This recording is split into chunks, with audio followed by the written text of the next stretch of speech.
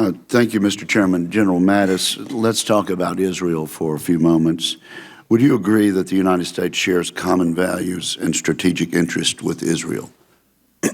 Israel is a fellow democracy, and I think Israel's security is very, very important to the United States. Are there any other democracies in the Middle East? No, sir. Would you agree that the threat of Iran's regional belligerence and nuclear ambitions are a shared threat both to the United States and to Israel? And I agree, and I would add also to our Arab partners in the region. And I think you said that we're going to have to live with what the administration has done with regard to the energy agreement with Iran. Are you confident that we can monitor the situation with regard to possible violations? Do we have that capability? I'll have to get in and look at the classified data if you confirm me, Senator. I believe we can have it. I just can't respond authoritatively right now if we've got those processes in place. In your opinion, what did the United States' failure last month to veto the UN resolution with regard to Israel do to our bilateral relationship with Israel? Sir, I'd have to get back and look at that. I say that because I've read what's in the newspaper and what's going on in both Tel Aviv and Washington and New York, but I do not have a very authoritative view of that right now. I think we have got to restore a better relationship with Israel and with our Arab allies. I think there's a sense on their part that we are indifferent to the situation they face, the security situation that they face. And we certainly don't need to send the signal that we're indifferent to their situation, do we? The greatest generation came home from World War II recognizing whether we like it or not, we're part of this world, sir. We're going to have to remember that lesson.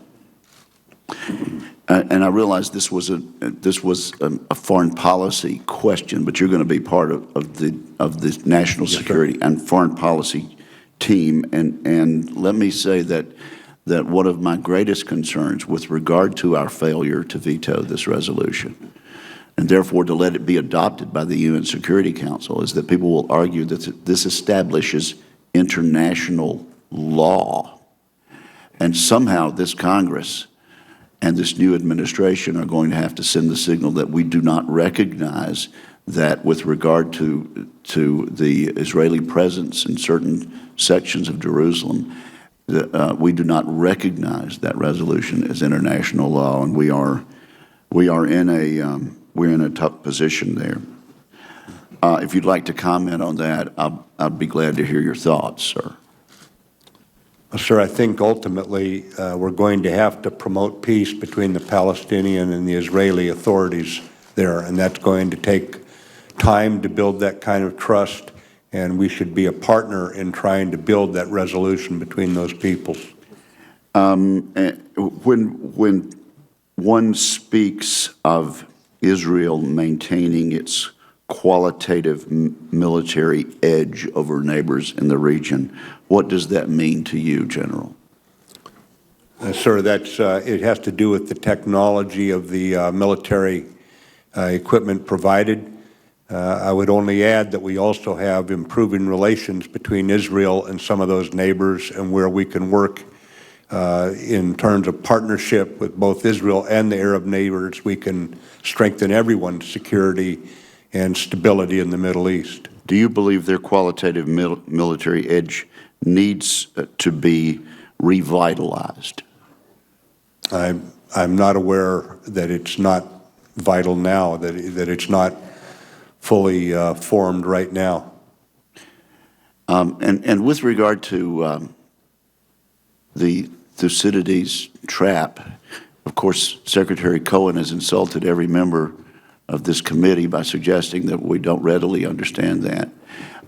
But with regard to that, as I understand it, this occurs when a rising power tries to meet the power of an already existing and established power, do you think that is a risk when it comes to our relationship with China, particularly in the Asia-Pacific region? Sir, I believe that we're going to have to manage that competition between us and China. There's another piece of wisdom from antiquity that says fear, honor, and interest always seem to be the root causes of why a nation chooses to go to hostilities. And I would just say that what we've got to do is engage diplomatically, engage in terms of alliances, engage economically, and maintain a very strong military so our diplomats are always engaging from a position of strength when we deal with a rising power. Thank you very much. Good luck to you, sir. Thanks.